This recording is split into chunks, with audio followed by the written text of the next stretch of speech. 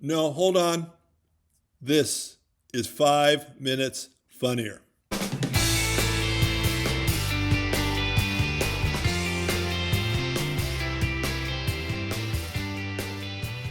Aloha. Welcome to Canada. Actually, welcome to 5 Minutes Funnier, the comedy how-to. I'm Jimmy England, your host. What I want to talk about today is kind of a hard concept to grasp sometimes, but I'm going to try and do my best to explain it to you.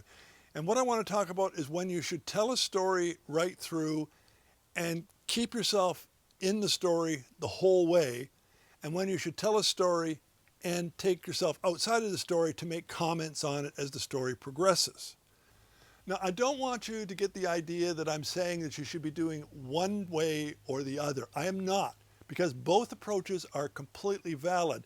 You just have to understand what you are doing.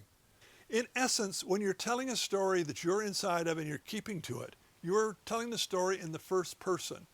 When you step out of it, you're becoming almost a third person or even an omniscient viewer who can say whatever they want because they're not actually in the story. That's okay if the story doesn't require that tension to get the big laugh at the end.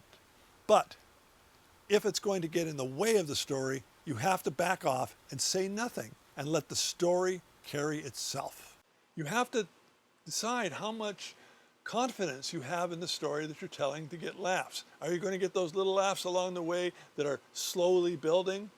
I reference you back to a bit that I did. I'm not even sure what episode. I'm sorry, I should know that. I'll try, and if I can find it, I'll post it down below. But it was a story about the Santa Claus parade and my friend David Green, who was in the parade. It depended on me repeating the same phrase over and over. And each time I did it, it built the tension with the audience. They knew something was coming, but they didn't know what.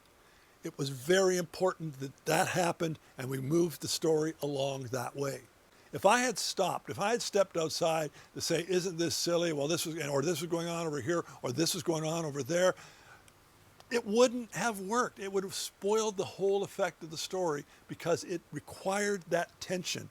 It could not have a release. It had to build that tension up as it went along. Just make sure you're not spoiling a good story by making it into a good punch or a good setup for a punchline somewhere else. This is going to be another short one, I think. As always, I'm Jimmy England for 5 Minutes Funnier. Please subscribe, share, and give us a like. That's always useful.